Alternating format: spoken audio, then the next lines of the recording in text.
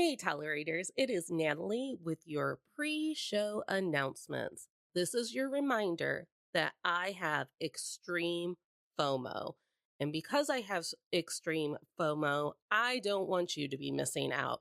I even have fear about what you could be missing out on, which is why I wanted to remind you that our Patreon is still running a 7-day free trial on all tiers.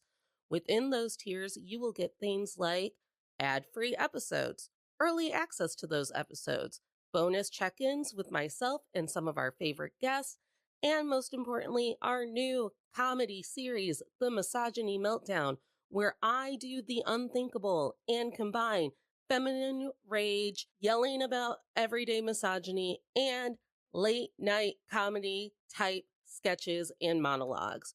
So, in the show notes, you will find all of the information on how to get to Patreon and claim that 7-day trial. I look forward to seeing you there.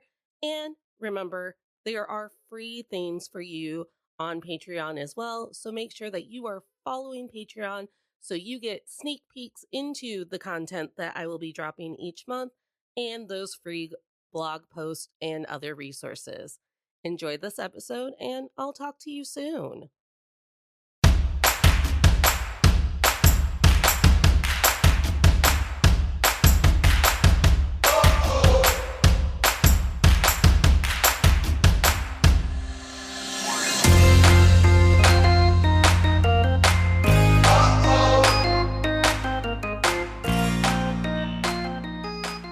Hey, tolerators, this is To All the Men I've Tolerated Before with Natalie Katona, your weekly look at everyday misogyny. One of our best is with us today. Annie is back, and we're finally getting the chance to present to you all the misogynistic ways audiences, castmates, and producers reacted to the healing and success of Ariana Madix on Vanderpump Rules. Annie, it's our day. It's our day. We have arrived. We have arrived. We've arrived again, and we'll probably arrive more later. We pretty much live here in this Vanderpump space, unless it's over. We'll see. Honestly, I might be team let it be over. I don't know. I go back and forth. There are times where I'm like, this is something I was a day oneer on this bad boy, so it is a true end of an era bummer in that way if it's over. But I've really spent a lot of time trying to puzzle out what it would look like for this to keep going, and I don't know. It's not great. On one of the Game Changer episodes on Dropout, they have to do a talent show for Howie Mandel. And Howie Mandel gets to decide whether or not you go on to the next round. And Izzy Rowland violently, straight face, and with a fury of 1,000 suns, because you only have like a minute, maybe 45 seconds, just recounts how the New York Housewives franchise came to be, that then became the Real Housewives franchise. And I was like, oh my God, the only one I can do that for is the premiere of Vanderpump Rules. And I did it for my mom and her husband recently, where I'm like, you don't understand. We thought it was an extended episode of Beverly Hills. Vanderpump is definitely, like, I could give a detailed annotated history of Vanderpump Rules just like off the top of my head, starting with like season 1, episode 1, and going till the present to like a really alarming degree. Probably the one that I could do the closest to that with next would be Summer House. I am a Housewives girly, but not the same way that I'm like a trash millennial girly for Bravo.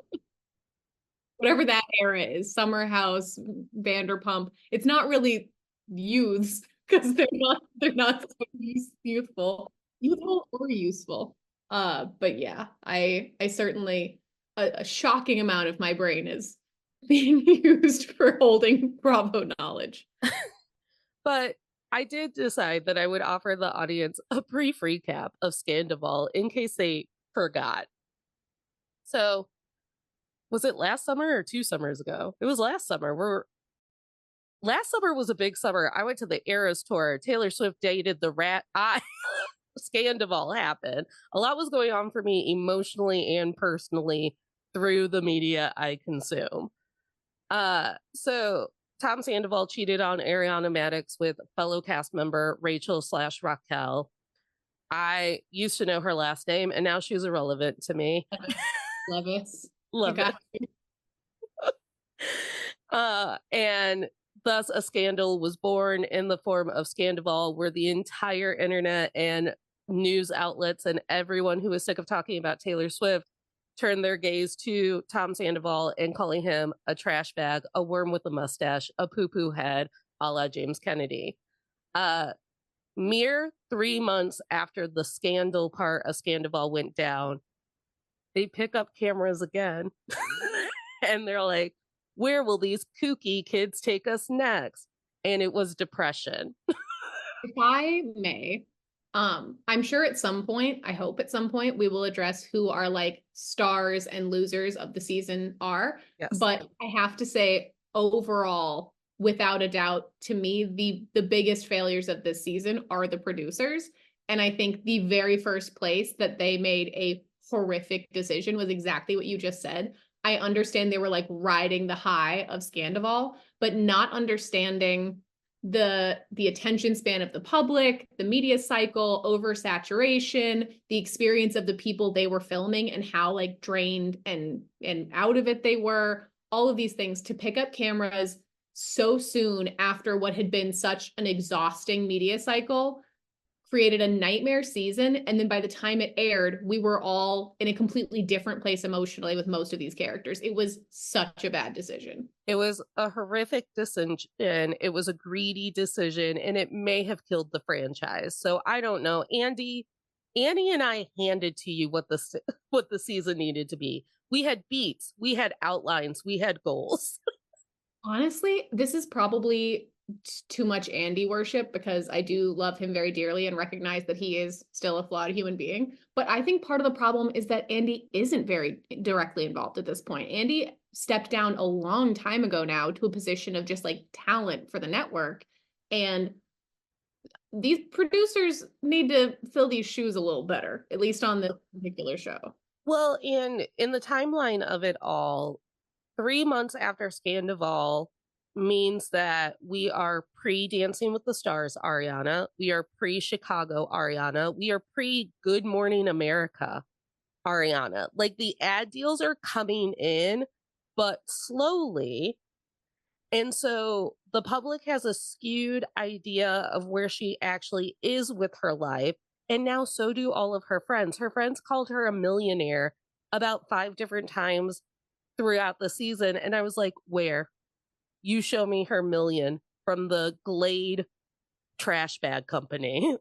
I'm sure she made quite a few bucks, but she was still financially tied. She still now is to some degree financially tied to the succubus that is Tom Sandoval. So I'm sure her finances are pretty complicated. She was really transparent about the fact that right before Sandoval, she was in a pretty bad place financially. And I don't know about you, but when I am willing to admit I'm in a bad place financially, it means I'm in a really bad place financially. Yeah. So digging yourself out of a hole already takes a significant amount of money. This was only 3 months after the scandal. Actually getting those checks can take time. All of it's crazy. And the fact that so much of the season hinged on the fact that people were mad that she hadn't moved out yet after only 3 months when they owned the house together is so insane. I don't understand what everyone's problem is. She did this in a very normal timeline for a not normal situation.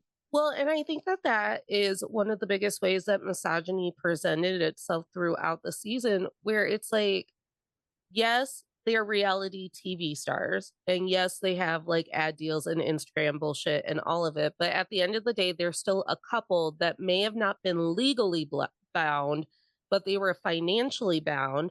And we don't talk enough in this country about the dangerous situation you yourself as a woman are in when you sink money into a volatile partner. Yep. Yeah. There are lots of different traps that people fall into, and the money trap is a very hard one to get yourself out of, even if it doesn't come down to the paperwork side, which in this case, it somewhat did. They did both own that house. That is a legal component to it. But even if it's just the complication of you're two people who are sharing a life together And those finances tend to get complicated. People generally aren't always earning exactly the same amount at the exact same time. People don't generally have the same expenses or the same priorities for how to spend their money. Like severing your life from another person that you've intertwined so thoroughly with over the course of a decade is really complicated already. And then when you add in the fact that they were in such a bad place on such a global scale, how would she possibly have extracted herself by the time this filming started again? Right. Also, I cried in the middle of the night last night for a move I'm not going through because moving is stressful. And I thought about the day I would move out of this house and how stressful it would be. And I was Yeah, like, that's time to helpful cry. because we'll be moving into the commune that we will share together in Right. the woods where we raise goats and do witchcraft. So Yes. it'll be great. You'll have a great time. I'll have a great time. And yet, packing boxes is certain death.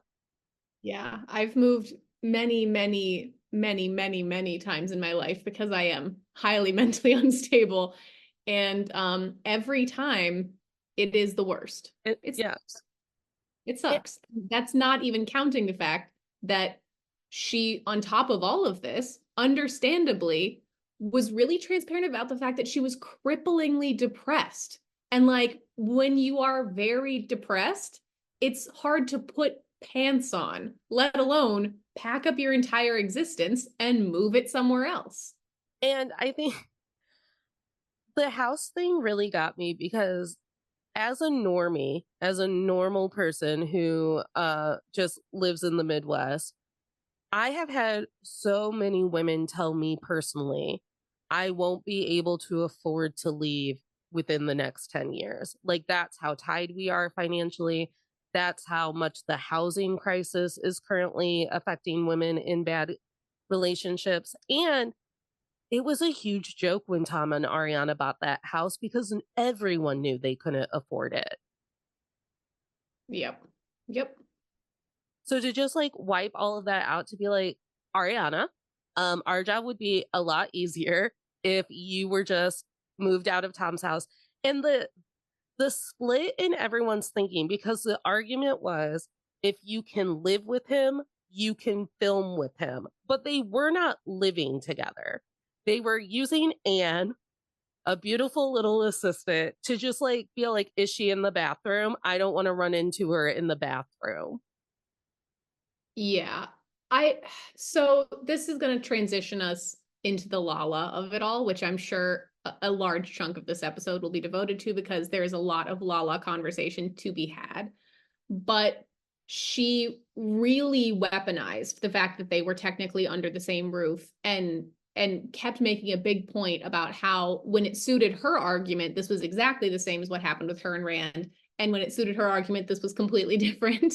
And generally, the big thing that she would throw around as why this was completely different was because she has children, because there's nothing Lala likes to weaponize more than the concept of children and motherhood. And I understand babies definitely make things more complicated. If Ariana and Sandoval had had kids, this would be more complicated.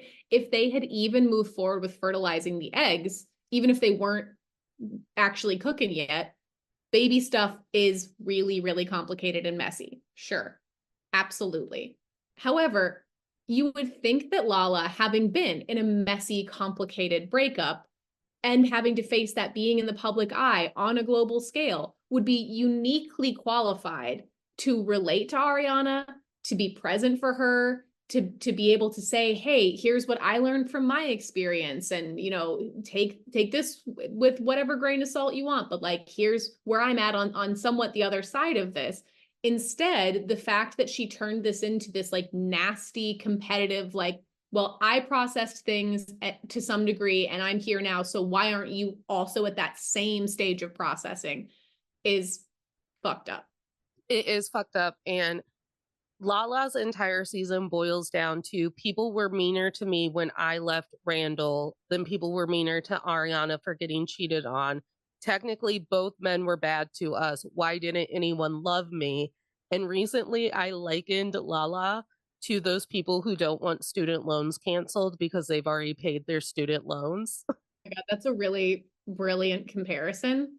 Uh, yeah, that That does line up. Also, she's just full of shit on the front where she keeps talking about how she had no say in how things rolled out and she had no choice and no one had sympathy for her. We literally have not been able to hear almost anything about her split with Randall for legal reasons. She has had the legal shield for her to be able to plead the fifth on pretty much everything about that breakup, which I understand is not her choice. But the end result is she hasn't had to go through that on the show the same way that Ariana has.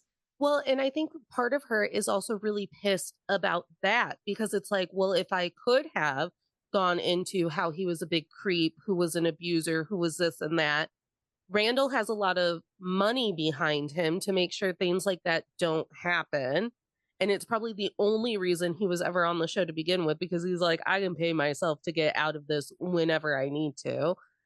And so there was no sympathy for Lala because it was like one day Randall was there and the next day Randall was a sex offender and there was a documentary and he was gone. And Lala wanted him gone. So we were like, okay, Lala got what she wanted. And we never know anything about the custody stuff with Ocean or all of it because she's not allowed to talk about it. And she weaponizes that during reunions and during talkbacks. This is a rather nitpicky sub point, but I feel compelled to dive into it anyway. At one point during the reunion, she said to Ariana, like, you shoved Sandoval down our throats and now we're supposed to whatever, X, Y, and Z. And that like truly stopped me in my tracks with the audacity of it because Sandoval, as much as he absolutely sucks, he was on the show before Lala was. He wasn't shoved down her throat. He was a primary cast member from the beginning before Ariana was there. Yeah. He was outdated either of them. He's a And coworker. you know who was shoved down everyone's throat? Rand. First he was withheld and then he was shoved. So in what world was Sandoval forced upon Lala at any point? Well, and I think that is the biggest whiplash for me of all, where it's like, I understood in a very icky part of myself why Sheena kept crying and being like, I miss him. I'm the pick me queen of the destiny of the world. And I just want Sandoval and I to be okay again. Because that's her entire story arc every season, is to whatever man is the shittiest, she will pander for everyone to continue to love said man. Whoever traumatized her, and maybe it was Leanne Rimes' husband, did a hell of a job. Like, I feel like, I mean, certainly not to try and psychoanalyze someone who I know very little about their personal history, but if we look at the timeline that we do know about like Eddie Cibrian, about John Mayer, I feel like there is a source point very early in Sheena's history that we probably haven't really gotten to yet. Honestly, it might be John Mayer. Maybe John Mayer's who broke her. Maybe she was broken before that. But at the end of the day, Sheena requires male validation on a level that is simply not sustainable. You right. can't. You can't be a whole person and need that badly for not just, honestly, not even just male validation, everyone's validation. Like her panic when she realized that Lala was mad at her during the reunion, and then she felt a need to like give a whole weird speech about how Lala was her rock. Like if she is as much your friend as you claim, you can disagree about something. That should be like a foundation of friendship. It's important. Annie and I have disagreed about things. I can't name them. One of them might be Mad Max Fury Road. Like it? No, I don't like it. I don't understand it. We agree on that. I did not like it either. Oh, wait, no, sorry. I didn't like Furiosa. I did like Fury Road. Yeah, I don't like any of it because they forget to tell me the story. They just grunt. And I'm Then like, I'm mad at you, and this conversation is over. Andy, I'm done. And that's the other thing too. Lala tried to walk off so that when people stopped her, she could be dramatic about it. And first of all, barely anyone stopped her. Lisa was like, no, don't. And Lala was like, I can't even walk off. And clearly her point was to be like, I don't have this ability. But instead, I'm like, okay, so are you cool with walking off or not? Because you were just really mad about Ariana doing it, and now you think you should be able to do it. So like, where do we land on this, Lala? Miss Lauren from Utah. Lala tried to walk off was a less cool version of James Kennedy accidentally knocking the cards out of Andy's hands and Andy going, my cards. because Lala tries to pregnant waddle off and Andy just goes, Lala. like, like motions to a PA, like, can you get Lala a bottle of the nice water or something? Without any question, if we watch the situation where Ariana walked off and we watch the situation where Lala tried to walk off, the one of them who actually faced people trying to stop her was definitely Ariana. Did it anyway, because she's a bad bitch who knows where she stands and how to defend her boundaries. Exactly. And I think that that brings us to the Katie Maloney, Ariana Madix of it all. Because what Vanderpump has highlighted is an argument that I lose my shit over all the time, which is we hate women, but we especially hate women who are going to be smarter and better than you about all of the bullshit that you're going to try to pull. I have been rewatching the season for the past 2 days, and I'm like, Ariana did have a very dramatic season. And Yeah. everything that she did to make the season more dramatic, they bitched and complained about. Yep. Yeah. Yes, she definitely did. And imagine if we for a minute just set aside our understanding of this being a reality TV show and we just think about the mechanics of these social dynamics. In what world at any other job would it be acceptable for someone to tell someone else that their professional performance was an issue for them because they needed to support their children? Like if I worked in an office and I went up and was like, Tammy in HR, I need you to get your act together because I have to feed my kids. Like, what? If you are worried about your job, how about you perform better? Yeah. I realize this is an ensemble cast, but Lala, if you're that worried about the show being interesting, how about you have a storyline? Because we went to 25 different baby related parties and not one of them was even slightly interesting. I'm sorry. It I'm was. sorry. Oh, the baby has a gender? Great. Oh, the baby is a baby? Great. Oh, you picked some jizz? Congrats. I'm happy for you. This is not riveting television. I'm sorry. And honestly, Katie Maloney has not gotten the credit since the divorce with Tom Schwartz for being a bitch who will hold strong to a boundary. She's been called cold. She's been called boring. She's been called bitter. She's been called angry. She's been called every name under the book that we use to disparage women for taking care of themselves. And now Ariana did it. And they're like, well, we can't call Ariana all of those names because she's now Beyonce. But we still feel all of the same feelings about her. And maybe I'm in the wrong. And I've often said this when we talk about Love is Blind or Married at First Sight or The Bachelor or any of it, where it's like, no, at this point in the year of 2024 and where women are, and after the Me Too movement and after Roe v. Wade being overturned and all of it, the only thing I want to watch on TV is women holding their boundaries and those boundaries being respected and talked about. And for men like Sandoval and Schwartz and Brock and Jax and all of those assholes to be raked over the coals for disrespecting the women on screen. Yeah, I absolutely agree. And I also think that Katie and Ariana are a really powerful demonstration of what we were just talking about earlier, where a friendship has to be able to withstand disagreements. The fact that like Lala's big gotcha moment towards Katie was like, before the show started, you were mad about this thing between you and Ariana, and then you weren't mad anymore. Yeah, that is also part of friendship. She was mad. She vented to you thinking that it was a safe space. Later, at a more appropriate time, at a more emotionally sensitive time, she had a conversation with her actual real life friend and business partner where they resolved that issue. And then a month later, or whenever it was, you wanted her to dig that argument back up and throw it at her on camera. And she said no. That's, No. you're mad because they're actually friends. Yeah. And again, I'm so shocked at the 180. And I'm not shocked because Lala has made it very clear since then that it's all about the paycheck. Bravo threw its entire hat in with Tom Sandoval being the person who was going to carry the show forever.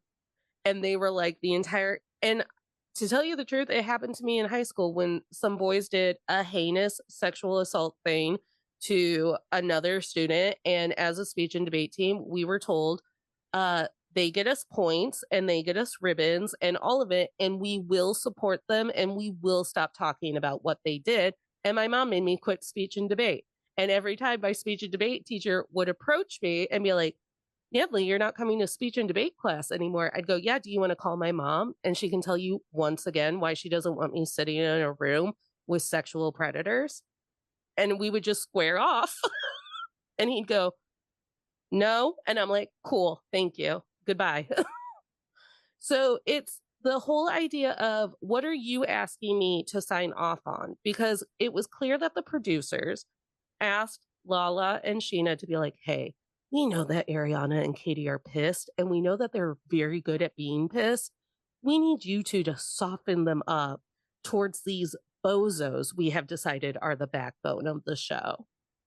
Well, I feel like Lala made a very stupid sort of deal with the devil when it comes to the producers. I think it seems really clear from how it all shook out and by a lot of the like blind items now circulating online about how someone was offered their own spinoff that's now gone away. It seems like Lala had a conversation with the producers at some point where one of them offered the idea of, if you can get this conversation to happen on camera between Tom and Ariana, if you can make that drama happen for us, you will get X, Y, and Z. You will get to, I don't know, be both on here and on the Valley. You'll get to have a spinoff special about your baby, whatever it is that she wanted. You'll get a raise. I don't know. But there was clearly some sort of incentive for her to make this happen.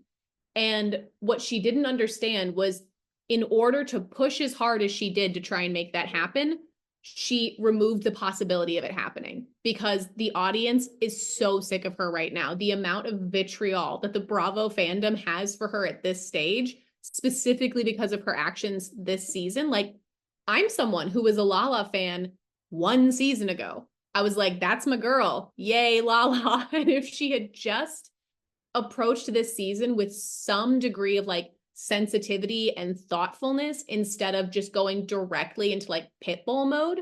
Honestly, that's me to pitbulls. Pitbulls are very sensitive. Yeah. If Your she had little not, brains. yeah, if she had not just gone into like attack mode so blindly, then she probably would still be in good standing and still have options. But she sabotaged herself in the name of a thing that she now can't have. It's Yeah. kind of beautiful if you think about it. But yeah. again, that's the producers really misreading where the general public, because let's be honest, and I talk about this all the time, reality TV is built on female viewership and what women want. And yet, when it comes to reality TV, it is always the women that they are trying to make the fools of. So we're sick of it at this point. So now they're like, well, maybe they won't care if Lala's the one that's upset about it. And we're like, no, Lala is a racist culture vulture who is now also a misogynist. So fucking get her off my TV. And it's just misreading where we are as a society when it comes to how we expect women to be treated in front of our eyes.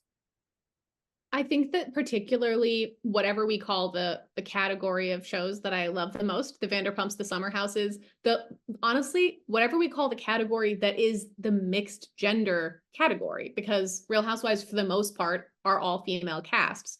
In these casts, because we have men and women and we have more romantic dynamics happening, so much of the drama feels like it has to be about those dynamics. And what they're missing is that Bravo built its house on complex female friendship dynamics. Like, one of the biggest, most powerful relationships in the Bravo world is Sonia and Luann.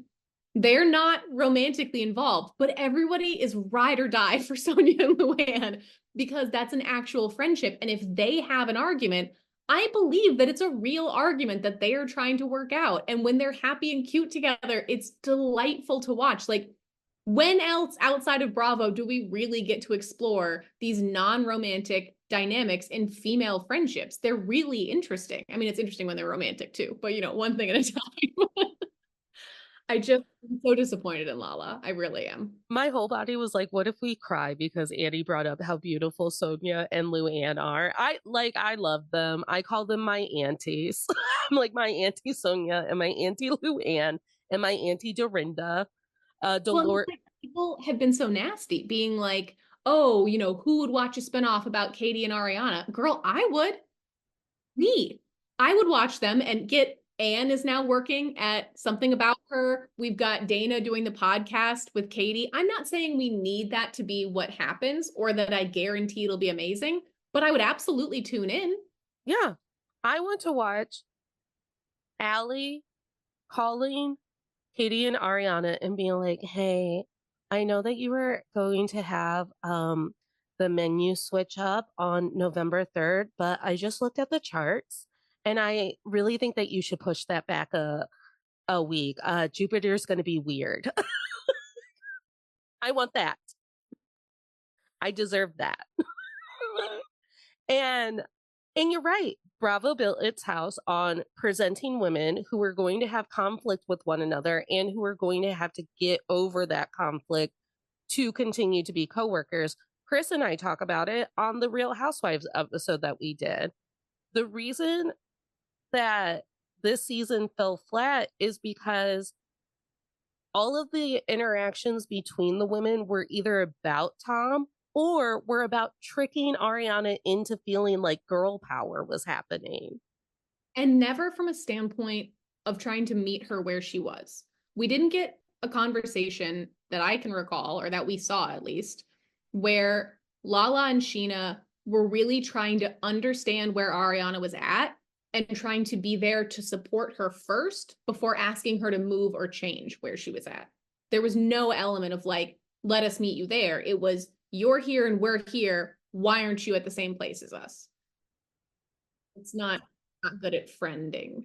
No, it's not good at friending. And also, if you take out the reality TV part of it and it's just a group of friends that had a horrific breakup and now everyone doesn't want to be awkward at happy hour, I never remember an instance in my own personal life where it was the male partner who fucked everything up, who was also asked to eat a little crow, to be a little quieter, to be humbled so that everyone else could be comfortable. It's always women coming in and being like, sure, he did wipe out all of our savings on the horses and he did run over my dog on his way to do it.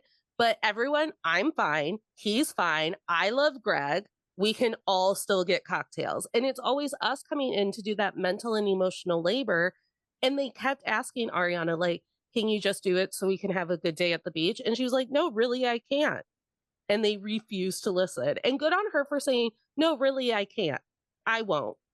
And what's nuts is they kept saying that she wouldn't film with him while she was filming with him. They would be at the beach and she would just be like, I don't want on this beach day to have a conversation with my like psychologically abusive, honestly, physically abusive too, because cheating is a form of physical abuse, in my opinion, because of it. But point is, an abusive ex.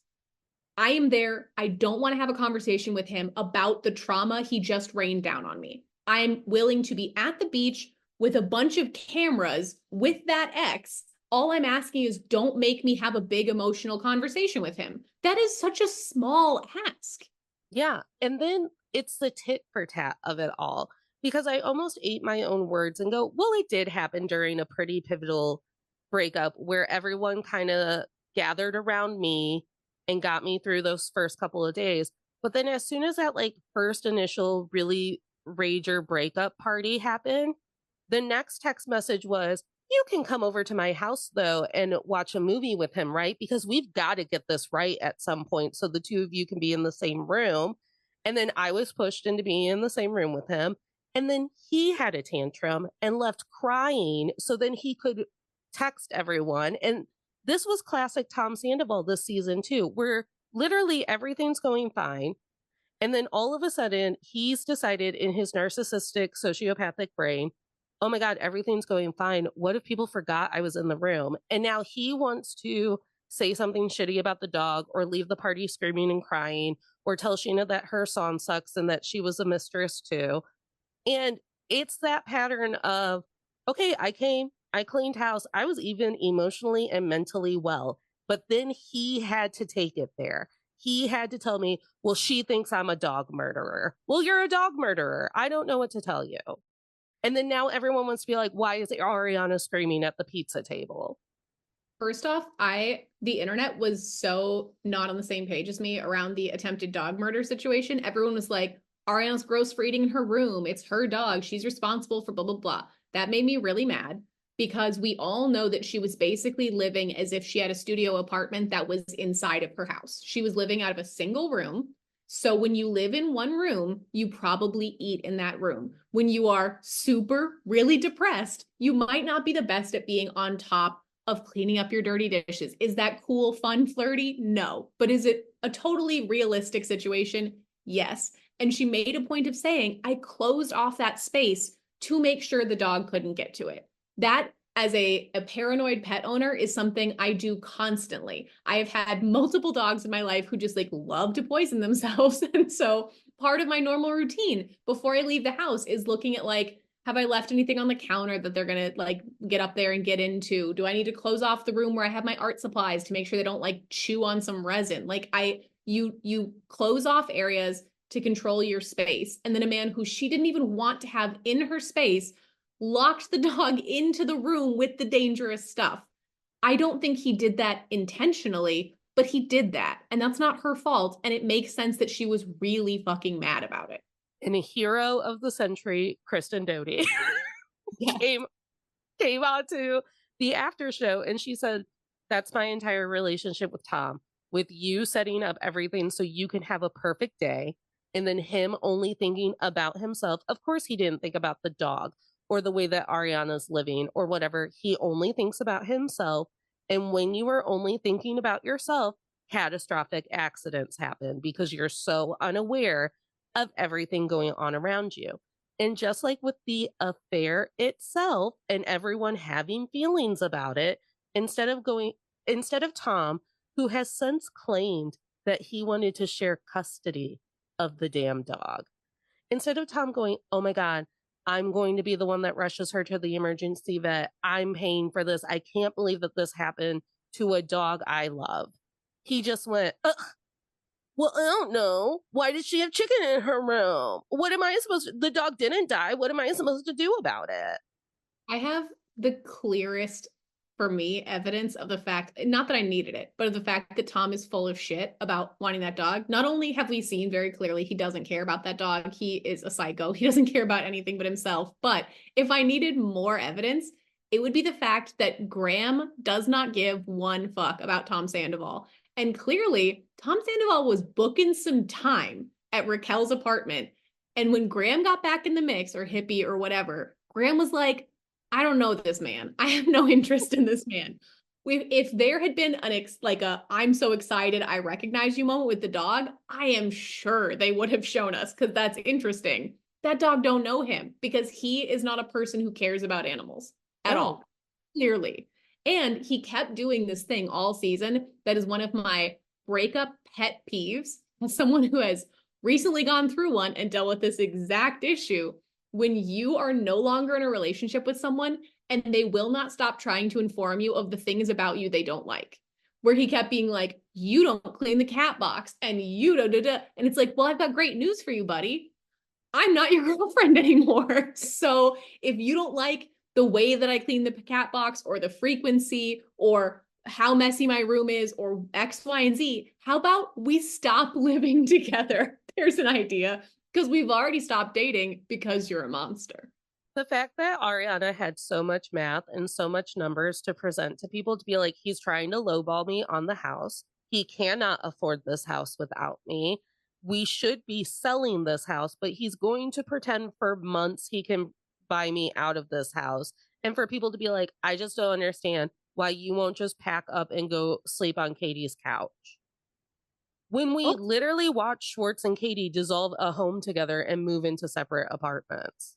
I also am no lawyer. I don't know the details of this, but from what I understand, there is a thing about if you physically abandon the property, that changes things in terms of the proceedings of dividing up a house. So like from a cover your ass standpoint, she couldn't just be like, oh, I'll be over here, because then he's living there and she's not, and that's a problem. What Sheena really represents for me and why I've been so frustrated by her this season is we're always so quick to defend and make all of the boo-boos better for men. Like the world won't do it in themselves. Like, Tom, what do you have to feel powerless about? You're a white dude in America who pretends to play a guitar. Okay? America was built for you. Congratulations. As with many of the men who in recent history have claimed that they have been canceled, he's pretty clear evidence of the fact that cancellation isn't a real thing. That man is still making money. He still has a huge platform to get his opinions about every fucking thing out there. Like, he still wields undeniably a huge amount of power. So in what way were you canceled? People don't like you? Okay, do something likable then. And there were even ways, and here's the thing, there were even ways where there could have been a season where Tom is trying. The problem with Tom is he's not that good of an actor. So when he would try the humble things, they didn't land. And you could always smell the manipulation behind it. Like when Allie was like, why is Tom giving you your sunglasses? His sunglasses. Well, it was so clear that the way that his manipulation is on every level. It's not just in romantic relationships, and it's so transparent. One of the creepiest things I ever clocked him saying was, I don't remember if it was one of the reunion parts or one of the after shows, but he was talking about Jax, and he said, every time I see him, I give him at least 2 compliments. What the fuck is that? If you are consciously thinking, I'm going to make sure at least 2 times in this conversation, I say things that are positive about this person to them to make sure that they have good feelings about me and like me. Like, what is going on here? The same way that he needed to bring in his sound team for Sheena. So it's like, it's measurable ticks in his corner. If we're picking teams, I'm making sure that I have bought you being on my team through a favor, through words, through whatever love language he thinks is going to resonate with them. He is building his defense army, and it's through like sunglasses and speakers. It's like a bizarre system, but it's clear that he thinks that affection is transactional that way. Yeah. And clearly in some cases he's right. Like with Sheena, it worked on her. She was purchased. She was so blown away by those speakers. And I was like, I'm watching this on TV and I can barely hear your song. Like, Also, one of your friends who's there is a professional DJ. You're telling me if she'd gone to James Kennedy and said, we're freaking out, our sound isn't working right, can you take a look at it? It'll show how smart you are, how good you are with music stuff. You'll be the hero of the scene. You're telling me James Kennedy wouldn't have helped out there? Because I'm pretty sure he would have. And then he would have said like a funny, mean joke about how you suck at your job, and it would have been great, and it would have made the edit. yes. Also, Tom absolutely stepped on his own dick on the whole suicide front when during the reunion, he said that he didn't believe Ariana was actually going to do it. Okay, so which is it? Did she trap you with fear that she was going to do this thing? Or did you never believe that she was going to do it? And then why was any of this the way that it was?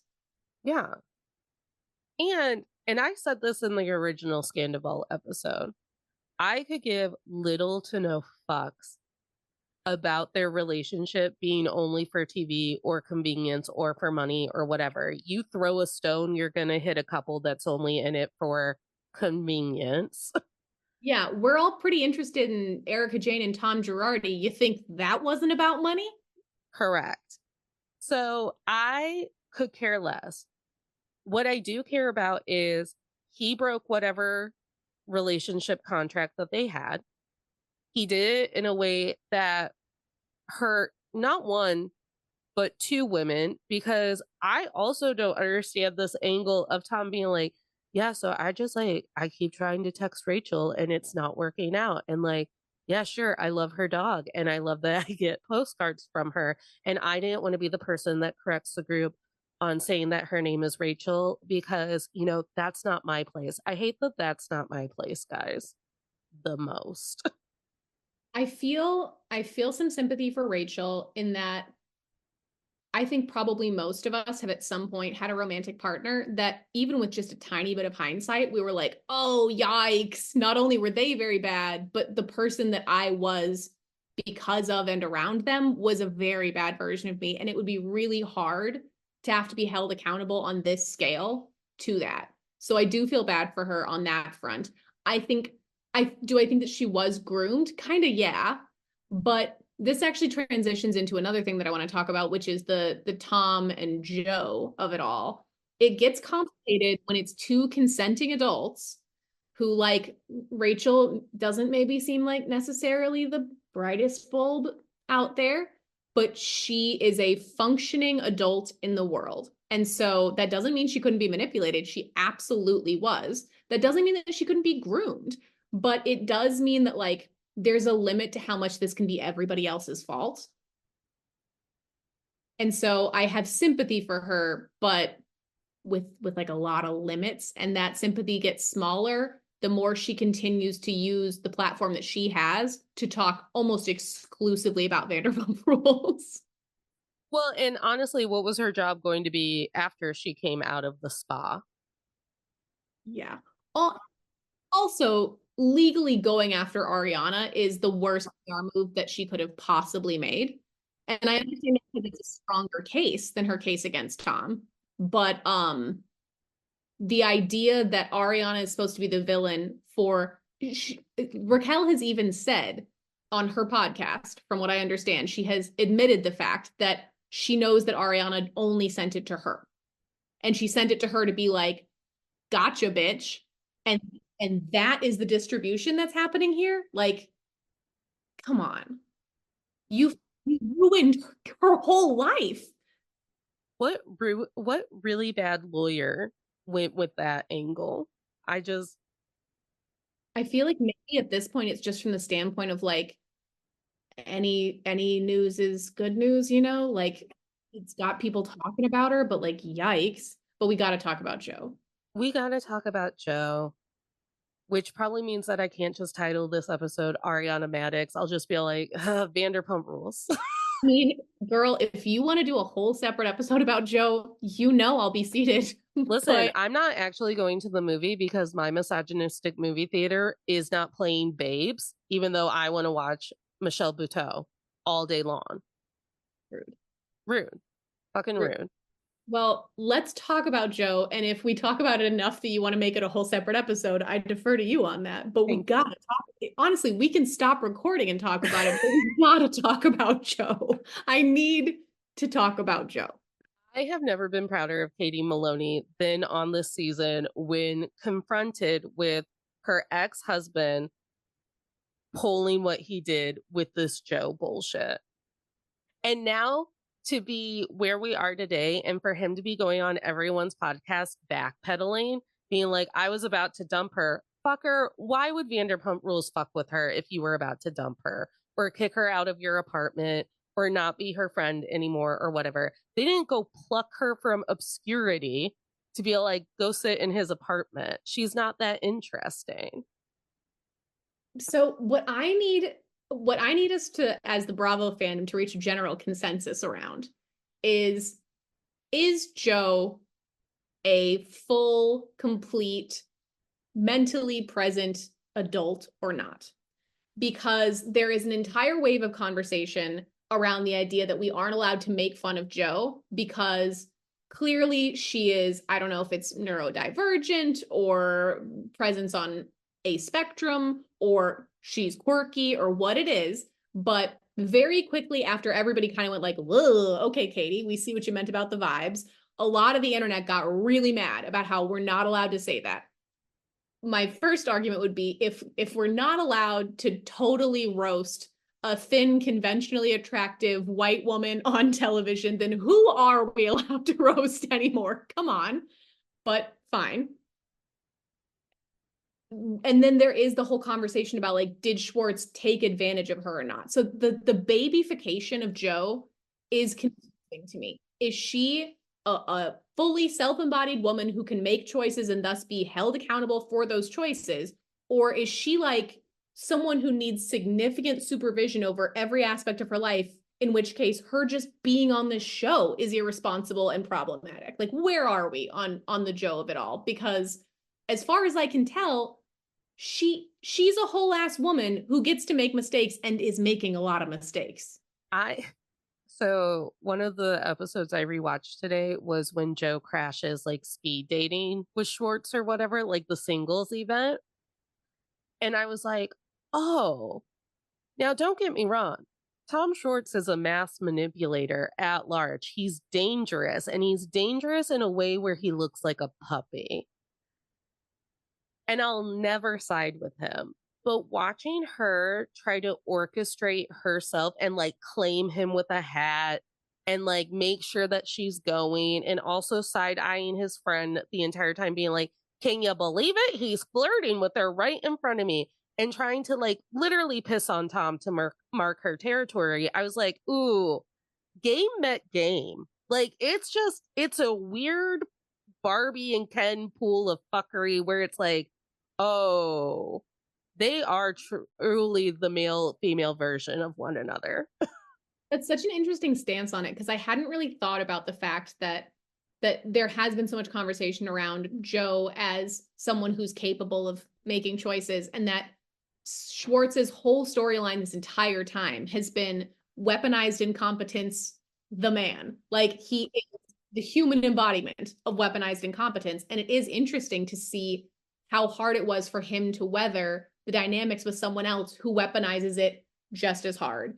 Because I did feel a little bit bad for Joe in that scene that you're talking about, not because I feel like what was happening to her, or it was directly the result of her choices, but I felt a little bad because, all transparency, I've been that bitch when I was like 19, but still, I've been the one who was like at a party trying like so hard to cool girl and being like, whatever, I'm cool with everything that's happening. This is all great. And I totally am into it. When While like, I'm literally sitting on your lap so no other woman could look at you. yeah. So like, it was a relatable thing that was happening. And I know how bad it feels to be in that place and to be being that person. But she was literally pulling a Schwartz at Schwartz, being like, I didn't understand when you said you wanted to go speed dating that you were going to be dating people swiftly. That's not, I didn't piece that together. Like, what do you mean? Yes, you did. And you went there to guard dog. Yeah. And it's not an argument to be made. But Schwartz did continuously tell her that they were not in a relationship, and she was continuously telling people that they were. Now, in fairness to her, we did see scenes where he would literally be like, we'll probably be married in a few years, and like, maybe you're my soulmate, and like, that would mess with someone's head for sure. Which is why he doesn't get a leg to stand on either, because of the breadcrumbing. Because I've also been breadcrumbed, where it's like, oh, I'm not dating you seriously now, but I am penetrating you, and I'm talking about you having my babies. And it's like, well, which one is it, my bro? Like, I realize that we simply cannot transition into Summer House, because then we'll just be on here until we both perish. we can't talk about Summer House until the reunions.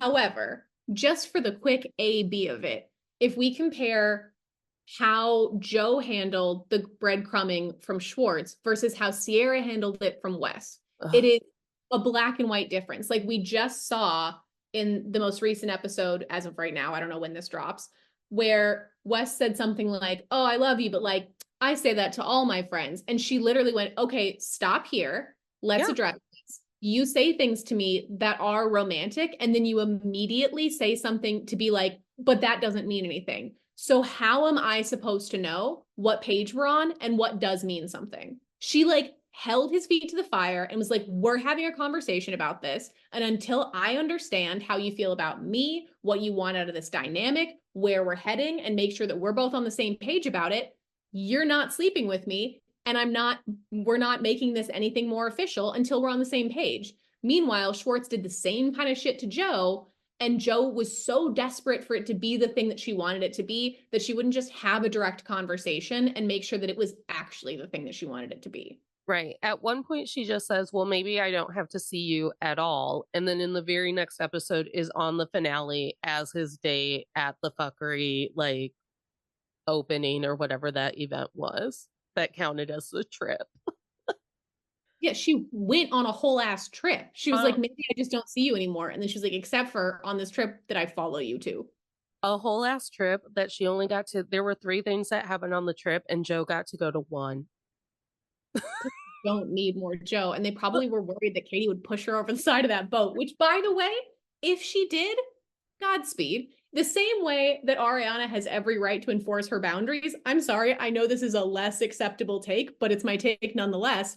You are allowed to ruthlessly hate the new person that your old romantic partner was with. You just get to. You don't get to like physically assault them or like do a bunch of, like, people were saying that she was bullying her on social media. No, she was not. She never called her a crackhead. She said she had crackhead energy. And let's be honest, she do have crackhead energy. And I think that if you're not allowed to occasionally talk shit about the woman who moved in with your ex while you were going through the divorce, while pretending to be your friend, again, then who do we get to talk shit about? Are we just not allowed to talk shit? I don't want to live in that world. Jerry Seinfeld, like, I can't be funny because of the woke. Because of the woke. You're telling me I can't hate his new bitch because of woke? Thanks, Obama. Well, it is always embarrassing when your new partner isn't as smart as your old partner, so your old partner is better at the roasting. And that's what it is. People only think that Katie's being atrociously mean because she's good at it. Like, because she knows the one thing to get right into your soul and to make you think about it for 5 fortnights until Taylor Swift releases a new album. Like, no one has ever handled a season better than Katie handled this season. She, from the jump, we have all prayed to theoretical God, begged for somehow for her to get her style together, and she did. Not everyone was a perfect 10 out of 10, but it clearly is a style that resonates with her. They're real choices. She looked great at the reunion, so she's looking fabulous. She has the inner glow of someone who has dropped that shitbag she was married to. She continued to film with him while being funny and hilarious and awesome and straight up stealing his girl. And she was an actual good friend and business partner to Ariana. Like, Katie is the VIP, hands down, baddest bitch on Vanderpump right now. I'm sorry. She nailed it. yeah. She stuck the landing. And if you want to continuously tell me that my crush on Katie Maloney is stupid because she's bitter and she's boring and she's mean, I don't care, choke. Bitter and mean is all I'm looking for in a romantic partner. That's all I'm looking for. Bitter and mean. I text Annie at least once a week. I just really want Katie Maloney to be mean to me. Like, I just want her to say something really shitty to me. Go over to OnlyFans and get her bag, because I guarantee you that there is a whole pool of people who would pay good money to Maloney for her to just be like, your dick is small and I hate you. That's my cameo. Get your bag, girl. Get your bag, girl. Get your bag. She's so hot. She's so post-divorce hot. It's not even funny. And then you show up as Dollar Store Ken with Trucker Joe. Embarrassing. And you're talking in Fraggle Rock clicks, like, oh, God. And we're supposed to be all like, yeah, no, we're on Schwartz and Joe's side. We definitely don't want to be friends with the cool gothy goddess right next door. And I'm sorry, he was embarrassed of Joe, clearly. And I'm sorry, Joe, if you even suspect that someone is embarrassed to be with you, you need to march your ass away from that dynamic. Yes. Okay? You gotta love yourself, babe. And again, with misogyny, there's no one who understands why breadcrumbing happens better than me. And it's because we've been fed this dialogue that if we as female partners just try a little bit harder, be a little sexier, brush your hair a little bit better, make one more weird noise that he agrees with, that we're going to get it, that we can bag him, we can tag him, he's ours, we're going down that aisle. everything is going to be what we want until he cheats on us and we have to dissolve the ownership of our house. We've been told. We've done been told. And Joe and Sheena are the embodiment of it because Sheena doesn't like Brock. Oh, I was going to say, I don't have really much to elaborate on this, but in my notes, I just wrote down and then underlined aggressively, Brock is bad. What I would like to bring to the table is that I'm sorry, Brock is bad. I liked watching him do his little flubber dance in his gold outfit, sure. But Brock is bad. And I cannot listen to one more fucking scene where they talk about how Summer Moon is his second chance at parenting, as if his first chance was somehow taken away by the universe. He has a whole ass family he abandoned. I'm sorry. I know everybody else seems to have moved past that because he's doing a good job with his current kid. His other kid didn't disappear. That kid exists. They flew all the way to Australia to be like, Summer Moon, meet her siblings. And that lady in Australia, who is probably a very smart lady, we know nothing about this lady. She's allowed to call me if she wants to. Went, no. Huh? Please call us. Please call us. I'm sure you're listening, Brock's ex. Please call us. Please call us. And I have to say, from what he said, the reason he doesn't get to see the kids is because the kids don't want to see him. And again, mad respect, that is absolutely fine. But that doesn't mean that Summer Moon is his second chance. That means that Summer Moon is his second kid. Congrats. Thrilled that you're trying to do a better job. But can we stop talking about your first child as if she's a fuck up that happened to you? Well, you piece of shit. I'm sorry, I take this very personally. You don't get to abandon a kid and then act like you're the victim in the scenario. Well, and also, what gets me about it is like, oh, he doesn't get to see those kids because they don't want to. Hey, Sheena, not a green flag. Like, oh, he's respecting their boundary. No, not a green flag. You know what else is a red flag in your marriage, Sheena? The fact that every time you say, I have a headache and I want to go to bed, he's ready to flip a table because he might not get to go to Chili's that night. You know what else is a red flag, Sheena? That while you were trying to navigate a really complicated social situation, instead of being a partner who is there to listen to you and provide gentle feedback, he is trying to tell you what to do and trying to insist that Tom is a better friend to you than Ariana, despite the fact that we have seen repeatedly that Ariana is a really good friend and that their biggest complaint is that she doesn't always show up everywhere. She has been that bitch from day one. She is not very social. She doesn't love attention. She does struggle with mental health issues. Her ability to be a good friend does not just boil down to whether or not she shows up for every live performance of Good as Gold, or at least it shouldn't.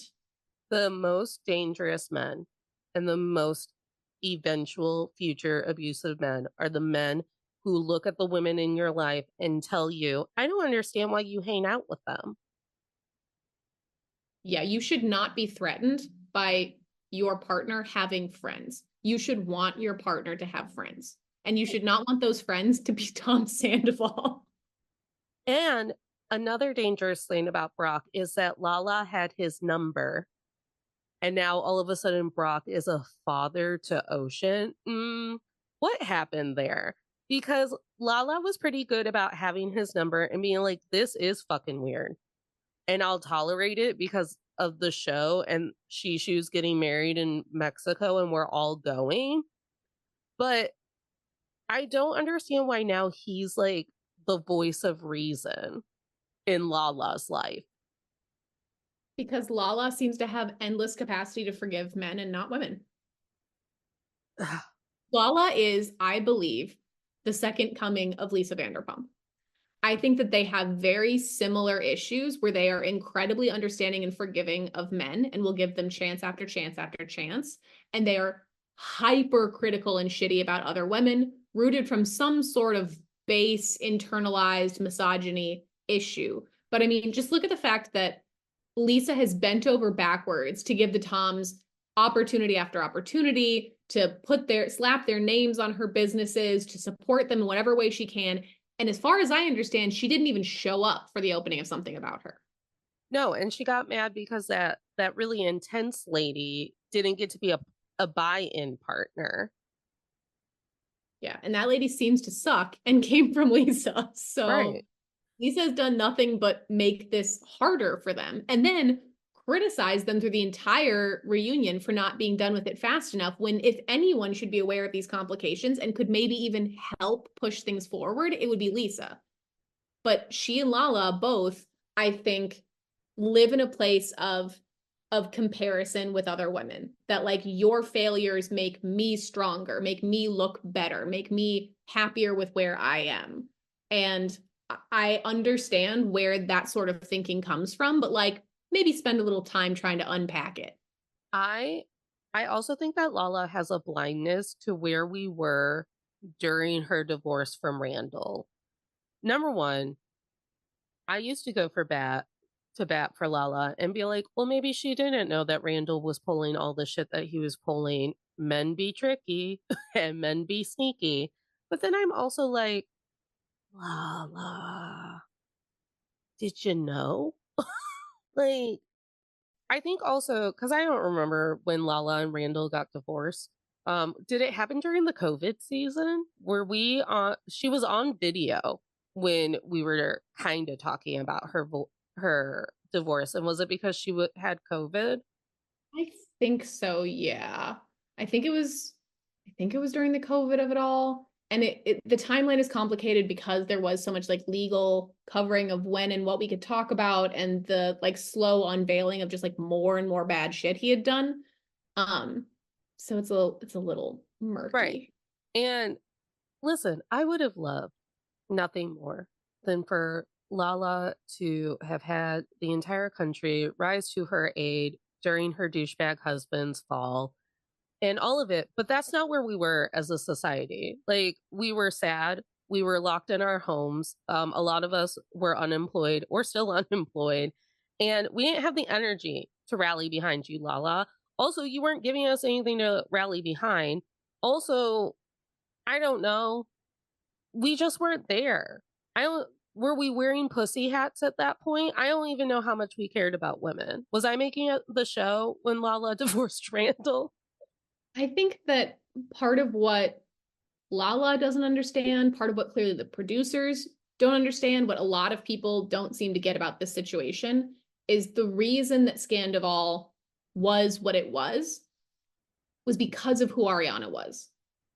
And we have seen evidence of that in that Kyle and Mauricio split is not getting the same level of intensity. The Carl and Lindsay split is not getting the same level of intensity. And the reason why is because we spent years and years and years watching Ariana be exactly who Ariana is on our screen. And I know that people will say she shielded a lot of things from camera. That's part of it. That's part of Ariana being Ariana, her having some defenses up, her clearly having made a deal with Tom that like, we're not going to embarrass each other on camera. That when it comes to things like Miami Girl, we're going to weather that in private and everyone's going to be able to tell, but we're not giving them that fodder.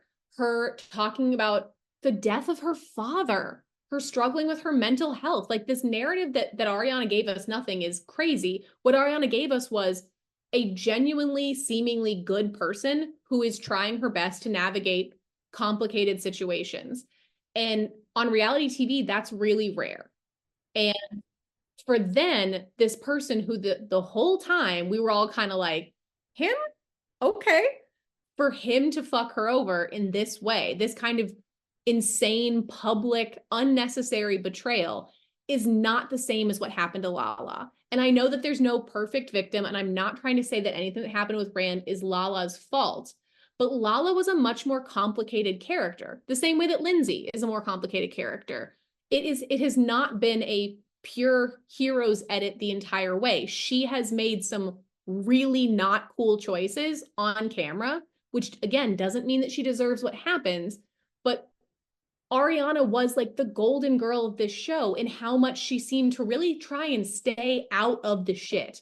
And then she got shit on. Yeah. It's not the same as what happened with Lala. Lala was a messy queen who got some bad mess. And I'm sorry for that, but you are not owed what happened to Ariana, because what happened to Ariana also sucked and you don't actually want it. You just want the parts that appeal to you. And I would like to retract one of my feelings that early in her 20s Natalie had about Ariana, because now I'm 35 and I know better.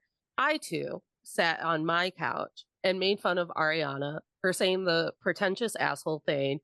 I care a lot about comedy and I take it very seriously. And they all roasted her, and me included. But now I'm a 35-year-old who walks this earth every day knowing I'm funny. And I get so pissed off when someone comes into my field and is like, I'm funny too, and they're not. And you can't convince them otherwise. A lot of the people that I have heard rail against that particular line on podcasts and other media, I have then separately heard those same people get really spicy about people that they don't think are funny trying to be funny. And I'm like, again, seems like you're just looking for a reason to hate this woman, but okay, sure. Be So mad if TikTok Shop would like to do this, I'll wear a t-shirt with Ariana with the bad eyeliner and the half pony saying I take comedy very seriously. I'll wear it. I'll wear it every day. get that up in the Saw merch. Yeah. Yeah. Katie. Take your comedy very seriously. I take comedy Also, very seriously. people who, for the most part, got the grumpiest about that are people who are in the world of comedy. And I'm like, I'm sorry, you're mad that she has respect for your art form? That's Right. what you're mad about right now? Oh, right. All right. Sure. Because, like, we all had to sit through that Kristen Doty journal act, and we all were like, we know that this isn't funny, right? And then Ariana was brave enough to say it out loud. Okay, but I will say, Kristen did show an entire audience of people a picture of Jax's dick in her stand-up routine, and that is funny. And that is funny. That's pretty fun. And the fact that they all recognized it because it is so weird looking. Okay, I'm sorry. That is peak comedy. Nothing but respect for my Queen Doty. Just putting that out there. Did she do a revenge porn kind of in that moment? Kind of, maybe. Yeah, maybe. I think we have to start referencing Kristen Doty as our problematic queen, Kristen Doty, problematic queen, Stassi, problematic king, DJ James Kennedy. Like, we have to. I think we did a real stand-up job sticking to the misogyny of it all. Vanderpump Rules is and forever will be a really good benchmark of all of the ways that society and men hate women. That is very true. And I will be referring to this episode and this season of Vanderpump Rules when I eventually do our episode about how misogyny forces women to not be friends with one another or support one another, and many episode to come. Like, it was a horrendous season that Annie and I hated from moment to moment.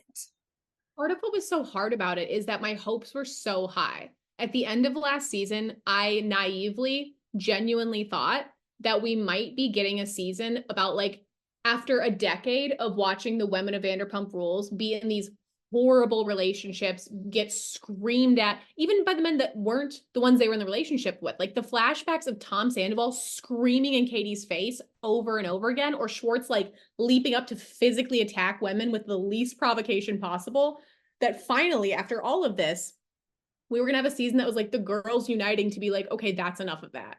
And I will never forgive these producers for instead turning it into a season of women turning on women in defense of terrible men.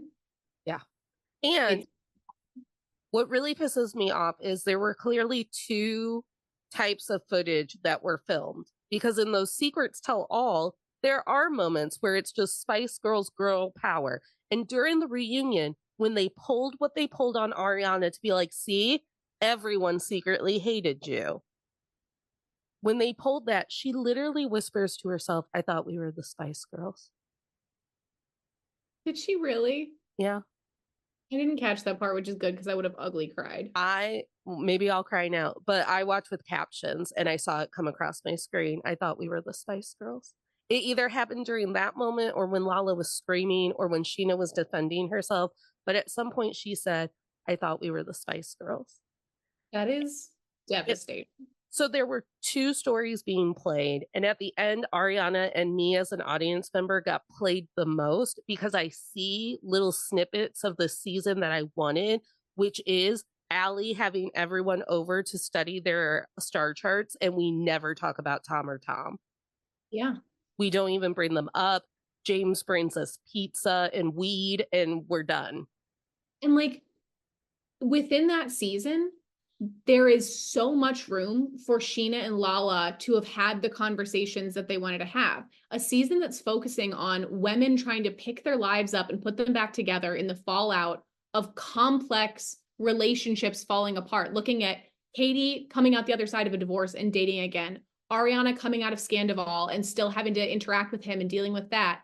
It would have fit in perfectly to tackle issues of Lala trying to have a baby in a really different way from the last time that she did. And for Sheena to be struggling with postpartum, like that is all really interesting and beautiful. And like, I feel like there was a framework for a new genre to emerge that isn't young, crazy, drunk people cheating on each other and screaming, and wasn't the fully matured, matured housewives who have like full families and businesses and are a whole. There was room for this middle ground to emerge where for the first time that I can think of, we would have primary characters who are fully adult women without children navigating their lives in their late 30s and early 40s. Like, where are we seeing that?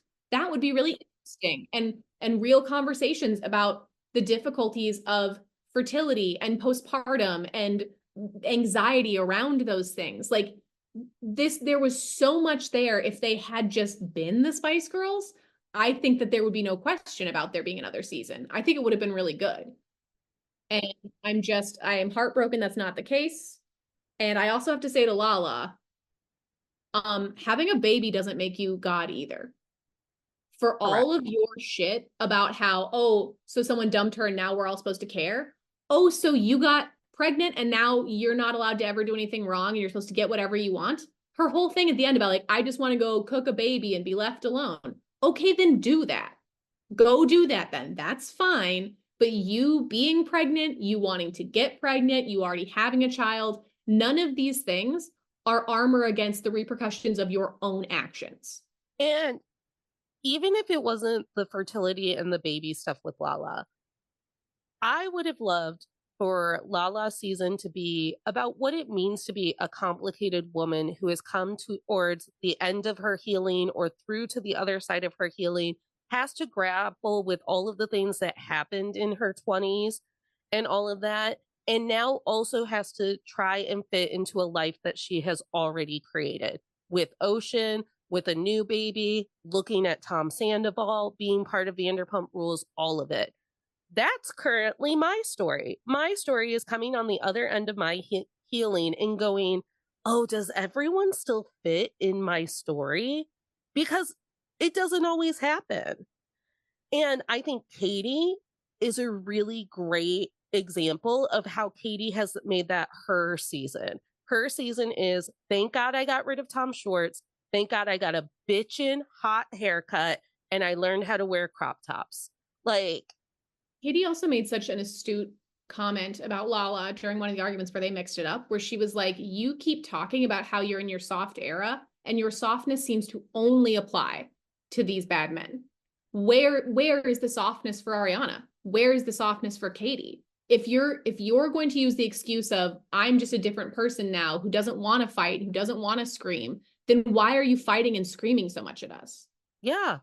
And I also think that the most interesting thing about who Katie was in the dynamic of that fight and the season is, I mean, I don't want to be Sisyphus with the rock on the hill or cliff or mountain. It's really hard being a woman decentering men around women who haven't gotten there yet. And I don't talk about it enough publicly. I try to do it every once in a while quietly when I'm going insane, but it is extremely hard to have a breakup or an ideology change or a wake up moment or whatever and go, my entire life I've built it around men who don't really exist. And now what?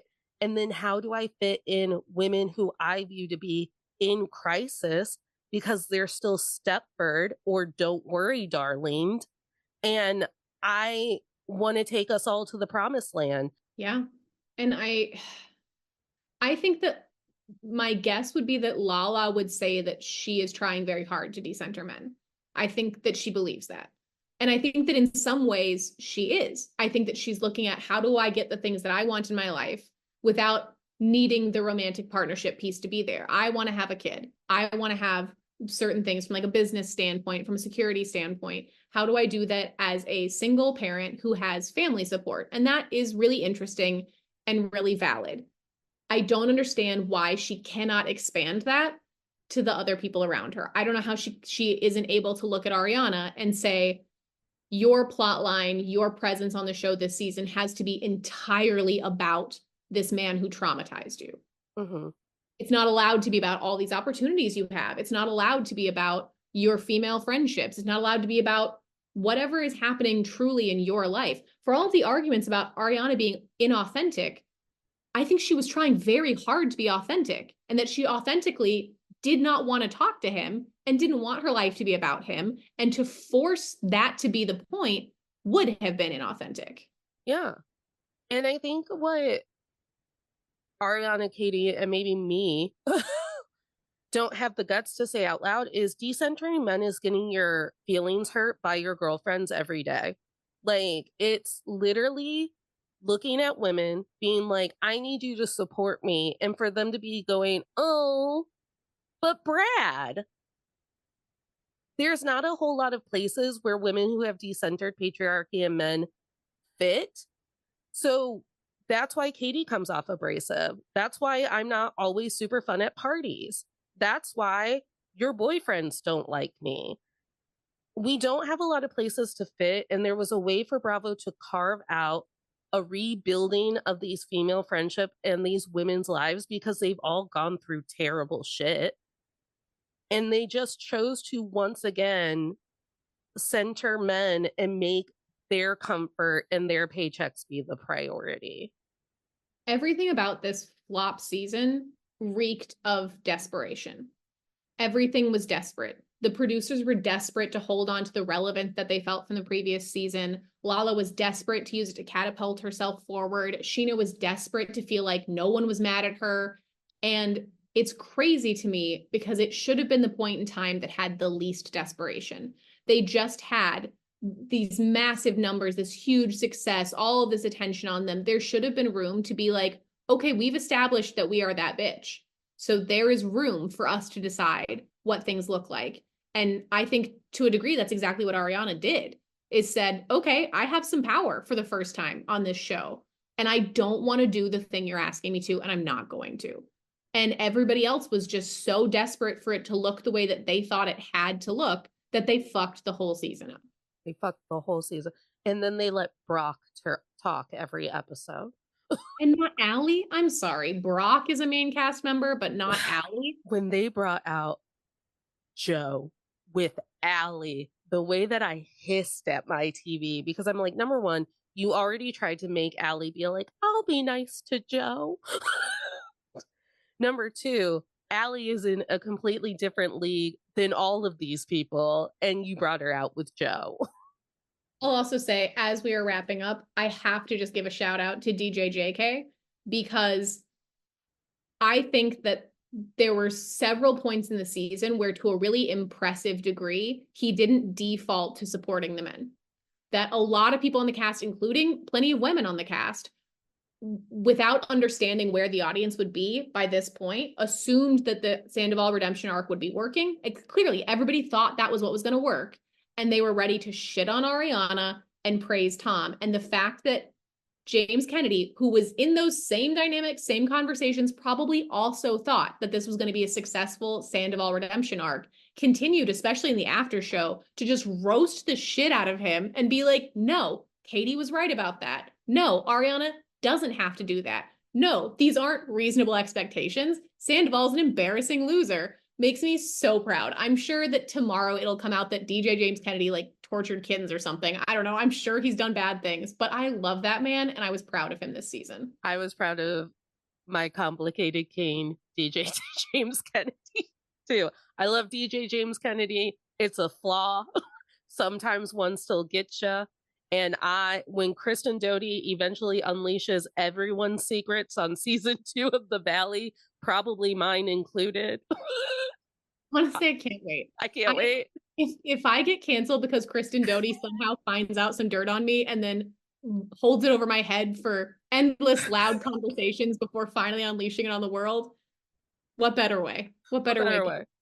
I owe it to her because, again, we all owe her more than we can ever repay. But Annie, I guess we should do our closing ceremony. What was your biggest takeaway from this season? My biggest takeaway from the season was that even though the rest of us are likely not living our lives in front of cameras, the idea of societal pressure and expectations is always going to be there. And it is really easy to get wrapped up in people pleasing and in those sort of big picture aspects of who's the villain, who's the good guy, how do I balance all of this? And at the end of the day, the right answer is be the goddamn Spice Girls. If someone is your person, have their back. End of story. And I'm not saying that if they do something awful, you have to support it, but friendship has to look different than how a lot of these people seem to think it looks. What was the insane thing I texted you where I'm like, I don't even agree with these people, but this woman should have I think it was Lindsay and Carl. And again, we're not getting into it because we're going to do a whole episode after the reunions, but people have been giving a lot of shit where I can see it to Gabby for pushing so hard for Lindsay after this breakup. And I went, Gabby's supposed to push hard for Lindsay. I am a person who thinks that Lindsay is a predator and is insane. But so I'm not going to pull for her. She's not my best friend, but Gabby's her best friend. And Gabby's like, that bitch stole Carl's dog and dyed it key lime green, and that's my girl, and I bought her the dye. Like, Gabby has done an amazing job, even though we're not talking about Summer House.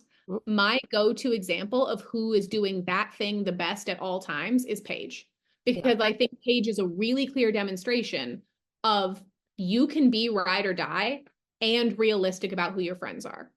She understands who Amanda is. She will call Amanda out on things that she thinks that she needs to. And that calling out and that understanding is so much more powerful because it comes from a place of, I know you have my back. I know that you are going to defend me in conversations when I'm not in the room. I know that you are going to assume that I have the best intentions because of the history that we have together. I know you are my person. So when you do say, okay, I'm sorry, bitch, you're out of line, it actually wields power. Yeah. I think I'm just going to piggyback off of your takeaway and also say sometimes the people who have actually healed the most do come off the most abrasive because it's harder and harder to find places where we fit. And I think that if you're a person who has offered up a lot of judgment towards Katie Maloney, instead of actually seeing her be that girl who got drinks poured on her head by Tom Schwartz, to being the bitch who stole Tom Schwartz's girl while wearing a denim vest that also had like some grayed out naked body on it, body yada yada, then you just made my point. It's really hard. Lala wants to scream about it being so easy to just be a woman who's risen above and done it gracefully and softly and all of it. But it's actually really hard to be Ariana, who's rising above, but also saying, I'm getting my equity out of that house because I earned that equity in that house. She only screamed once this season. I also, can we save a little grace for things not always being pretty in progress? Mm-hmm. Like something I think about all the time. I used to do ballroom dance and I had a coach say this thing to me that I think about way too much and apply to way too many things, where he was trying to coach me through a particular pattern and I was going to fall over and was like, I can't, if I do that thing, I'm going to fall over. And he said, if you're never falling over, you're not doing it hard enough. You're not stretching yourself. You're not challenging yourself. Sometimes you got to fall over. And I feel like in the process of breaking old patterns that are unhealthy, of growing, of developing, of learning, sometimes you're going to be an ugly, messy, hard version of yourself. And that's okay. the whole idea that I need to be in my soft era and do this with grace, if that's what serves you, congratulations. But like save a little room for the person that is gonna be like in the ugly teenager phase emotionally. Yeah. That's okay. I'm going to do my manifestation first because it has to do with Summer House, even though we're not talking about That's not what's happening. That's not what's happening. I'm not talking about Summer House because I have 3 reunions that I have to watch until we talk about Summer House. The beauty of this season of Summer House is that the women have done the unthinkable and they have created a show for women within this show that also includes men. They have become the stars of this little mini series within this season where they're all laying in bed together and checking in on one another mentally and emotionally. And I just hope that we get more content like that than we ever get content of Lala screaming at Ariana to stop feeling like she's Beyonce. Or for Sheena telling Katie, why is it a big deal now that I made out with Schwartz the one time? I don't want it anymore. Love is Blind is driving me crazy. The Bachelor drives me crazy. And it's all because all I want at the end of the day is to watch women support women and to watch women be complicated, to watch gay people be complicated, to watch POCs be complicated. It's all I want. The end. I'm tired of white men coming in and colonizing my story and my season and my Summer House because they really feel like they have something to say, and it always results to, I don't know, like I was just thinking that we could be in a relationship and I'll introduce you to your mom, to my mom or whatever, but you're not my girlfriend. That's all it ever dribbles down to. So bring me the complicated women. Bring me on Dimension 20 Dropout, because I never bring it up enough. On junior high, fantasy high school junior year, one of the characters makes up a fake podcast called Complicated Women, and then she mentions complicated women from the campaign and campaigns before, and I'm like, no, I want a podcast of complicated women. And then I go, wait, did I create a podcast of complicated women? And should I just reach out to Dropout and be like, I'll produce the Complicated Women podcast? I want more complicated women on my TV. I want more complicated women in my life. And I hope to God that at the end of the day, I am more of a Katie Maloney than a Lala. I love everything that you just said and definitely second it. I will say, I think when you say you want more complicated women, I feel the same way about it as lately there's been this weird trend where straight men keep telling me that their type is a woman who has trauma, which is there's a lot to unpack there. There's a lot to unpack there. But my answer keeps being, here's the thing, almost all of them do. Pretty much every woman you know has some sort of trauma. It's an insane thing to say that that's your type. I think what you're trying to say is you want someone who is worldly, who's experienced, who knows themselves, whatever. You're just saying it in a dumb way. Yeah. But I think most women are traumatized women. Similarly, I think most women are complicated women. So I agree with you, but I also think it's there. It's there. It needs to be produced better in a lot of cases, but it's there. My manifestation is much more selfish than that. My manifestation is, dear tolerators, dear listeners, I know there's some 5 degrees of separation Kevin Bacon shit out there that can get Katie Maloney in contact with this podcast. I know it. I know one of you knows her or knows someone who knows someone who knows someone who knows her. And from a selfish standpoint, I want this connection to happen because I believe if I manifest it into being, then when it does, I'll get to be on the episode too. Or if we go on disrespectfully, which would make lots of sense, huge fan bases, it's a no-brainer. Of course they want us there, that I will also get to go. I want to be part of this. But from a slightly less selfish standpoint, I believe that Katie Maloney has weathered some of the most brutal internet of probably anyone outside of like the Kardashians. I think that she has been done dirty by public opinion. And I want someone to get word to Katie Maloney that we're to embarrassing level fangirls over her at this point and want nothing more than to get the message to her that she is looking good, she is acting right, she is embodying her truest self. We are proud of her. I want Katie to know that I am proud of her. That's what I'm manifesting. I'll just cut this and send it to their podcast email. I just need her to know. I just need her to know she has done such a good job and she has come so far.